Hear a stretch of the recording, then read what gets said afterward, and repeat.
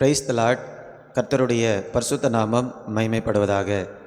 இன்றைய தியானம் வெளிப்படுத்தின விசேஷம் 21ஆம் அதிகாரம் மற்றும் 22ஆம் அதிகாரம்.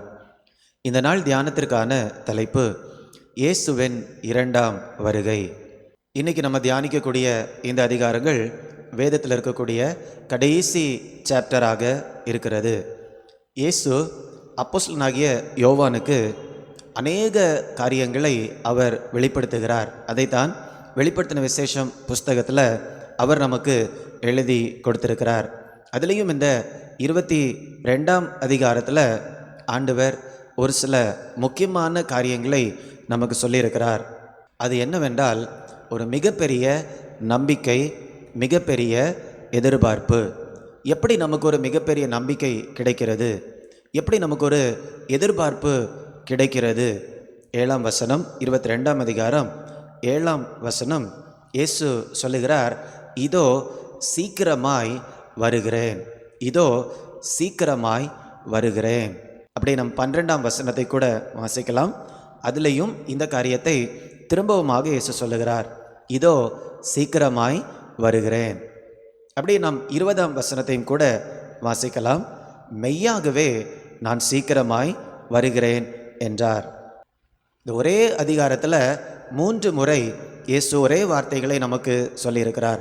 இதோ நான் சீக்கிரமாக வருகிறேன், சீக்கிரமாக வருகிறேன், சீக்கிரமாக வருகிறேன். ஆனால் இந்த வார்த்தைகளை இயேசு யோவானுக்கு வெளிப்படுத்தி 2000 ஆண்டுகள் ஆகிவிட்டன. ஆனாலும் சீக்கிரமாக வருவேன் என்று சொன்ன இயேசு இன்னும் என்ன பண்ணலை? வரவில்லை. ஏன் இயேசு இன்னும் வரவில்லை என்ற கேள்வி கூட நமக்கு இருக்கலாம். ஆனால் அதற்கு பதில் என்ன? நித்தியம் அவ்வளவு பெரியது. இத்தனை ஆண்டுகள் என்று நம்ம என்ன பண்ண முடியாது, ஒரு வர அறைக்குள்ளாக கொண்டு வரவே முடியாது. அதனால தான் அதை நம்ம நித்தியம் என்று சொல்லுகிறோம். அப்போ நித்தியத்தின் வெளிச்சத்தில் நாம் பார்க்கும்போது நித்தியம் எவ்வளவு பெரியதாக இருக்கிறது. அந்த அடிப்படையில் பார்க்கும்போது இந்த 2000 ஆண்டுகள் அது ஒன்றுமே கிடையாது. அது மிக மிக மிக குறைவான நாட்கள் தான். அதனால் நம்ம நித்தியத்தின் வெளிச்சத்தில் தான் இயேசு சொன்ன இந்த வார்த்தைகளை நாம் என்ன பண்ண வேண்டும்? நாம் தியானிக்க வேண்டும். அப்படி பார்க்கும்போது தான் நமக்கு இந்த காரியங்களை புரிந்து கொள்ள முடியும். இந்த நாளில் எப்படி நாம் நம்மை ஆயத்தப்படுத்தி கொள்வது?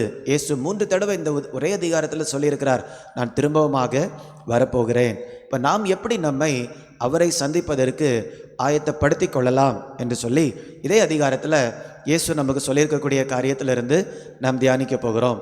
முதலாவதாக அதே 7ஆம் வசனத்தை நான் வாசிக்கிறேன். இதோ சீக்கிரமாய் வருகிறேன், இந்த புஸ்தகத்தில் உள்ள தீர்க்க தரிசன வசனங்களை கை கொள்ளுகிறவன் பாக்கியவான் என்றார்.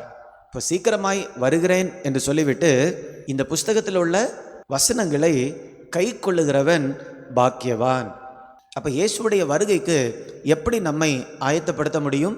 அவருடைய வார்த்தைகளுக்கு கீழ்ப்படுகிறதன் மூலமாக நாம் நம்மை ஆயத்தப்படுத்தி கொண்டே இருக்கிறோம். இப்போ கீழ்ப்படுகிறதனுடைய முக்கியத்துவத்தை ஆண்டவர் வேத புஸ்தகத்தினுடைய கடைசி அதிகாரத்தில் கூட நமக்கு சொல்லியிருக்கிறார். இரண்டாவதாக எப்படி நாம் நம்மை ஆயத்தப்படுத்த வேண்டும்? நம்பிக்கையோடு நாம் விசுவாச கிரியைகளை செய்ய வேண்டும். 12ஆம் வசனம் படிக்கிறேன். இதோ சீக்கிரமாய் வருகிறேன், அவனவனுடைய கிரியைகளின்படி அவனவனுக்கு நான் அளிக்கும் பலன் என்னோடே கூட வருகிறது. இப்போ இந்த வார்த்தையில் நம்ம பார்க்குறோம், நாம் கிரியை செய்யும்போது ஆண்டவர் திரும்ப வரும்போது அதற்கேற்ற பலன்களையும் அவரோடு கூட கொண்டு வருகிறார். இப்போ இந்த பூமியில் நம்ம விசுவாச கிரியை செய்கிறோம். நாம் தேவனுடைய பிள்ளையாக இருக்கிறதுனால நம்ம நீதி செய்கிறோம். அவருடைய இரக்கத்தினால, விசுவாசத்தினால நம்ம என்ன பண்ணுறோம்? நன்மையான காரியங்களை செய்கிறோம். நிறைய நேரத்தில் அப்படி நன்மையான காரியங்களை செய்யும்போது நாம் சோர்ந்து போகிறோம். நான் இவ்வளவு நன்மையான காரியங்களை செய்கிறேனே, ஆனால் இதற்கெல்லாம் பிரயோஜனம் இருக்குமா என்று சொல்லி. அதனால தான் இந்த வசனத்தில் நம்ம பார்க்கிறோம், நம்பிக்கையோடு நம்ம என்ன செய்ய வேண்டும்? கிரியை செய்ய வேண்டும். ஏனென்றால் இயேசு திரும்ப வருவேன் என்று சொன்னது எவ்வளவு உண்மையோ நிச்சயமோ, அதே போல நம்முடைய கிரியைகளுக்கு அவர் பலனை கொண்டு வருகிறார். அல்லது கிரியைகளுக்கு பலனை தருகிறார், அதுவும் அவ்வளவு நிச்சயமாகவே இருக்கிறது. அதனால தான் முந்தின வசனத்தை நாம் பார்க்கும்போது, நீதி செய்கிறவன் இன்னும் நீதி செய்யட்டும், பரிசுத்தம் உள்ளவன் இன்னும் பரிசுத்தமாகட்டும். அப்போ இயேசு வரும்போது அவர் நம்முடைய கிரியைகளுக்கு பலன் தருகிறார் என்ற விசுவாசம்தான் நம்பிக்கையோடு நாம் கிரியை செய்வதற்கு நம்மை உந்தி தள்ளுகிறது. மூன்றாவதாக, எப்படி நாம் இயேசுவின் வருகைக்கு நம்மை ஆயத்தப்படுத்த வேண்டும்?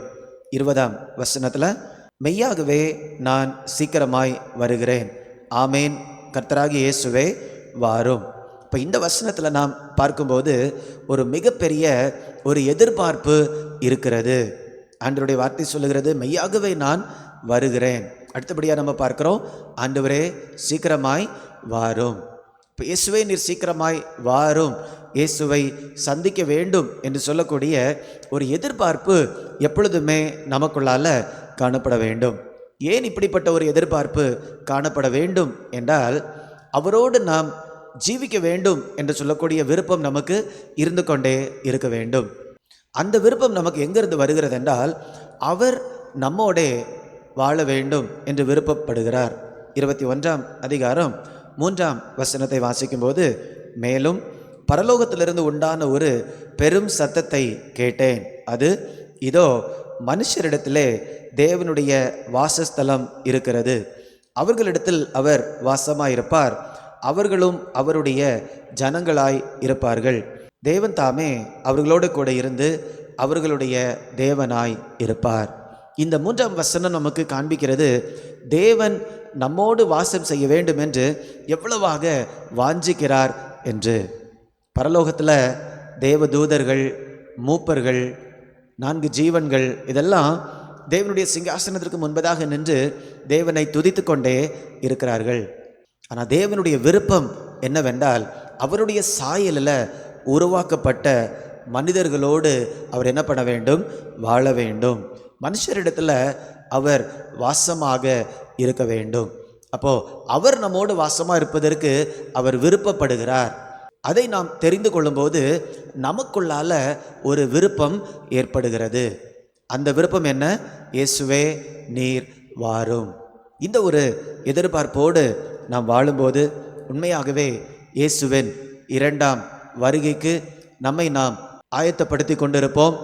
எப்பொழுதும் இயேசுவை பார்ப்பதற்கு ஆயத்தமாகவே காணப்படுவோம். அந்த கிருபையை ஆண்டவர் நாம் ஒவ்வொருவருக்கும் தருவாராக. நாம் ஜெபிக்கலாமா? அன்பின் பரலோக பிதாவே, இயேசுவுடைய முதல் வருகை இந்த பூமிக்கு பெரிய ஒரு ஒளியை கொண்டு வந்தது, பெரிய ஒரு ரட்சிப்பை கொண்டு வந்தது, இந்த பூமியில் சமாதானத்தை கொண்டு வந்தது.